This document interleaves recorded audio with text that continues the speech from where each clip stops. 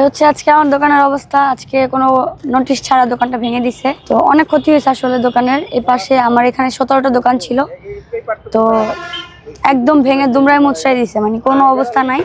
এদিকে আসেন আমি আরো দেখাই। হ্যাঁ, এটা আমার নতুন ফুডকার্ট ছিল, এখানে যা ছিল একদম সব শেষ। এখান থেকে আমার অনেক লস হয়েছে, তো আসলে মনটা অনেক বেশি খারাপ। দেখেন এই সাইডটা পুরো ভেঙে ফেলছে।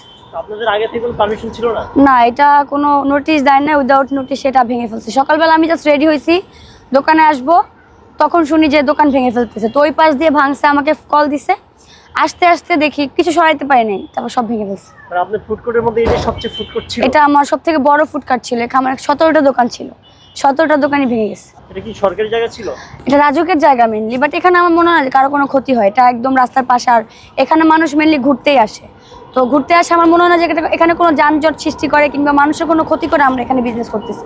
তো এটা একদম খোলামেলা একটা পরিবেশে, এবং এখানে আমার মনে হয় না আশেপাশে কোনো মানুষের কোনো ক্ষতি হয়। তো এটা আসলে ভেঙে দেওয়ার আগে একটা নোটিশ দিলে আমাদের জন্য ভালো হতো, কারণ এত টাকা ক্ষতি হতো না।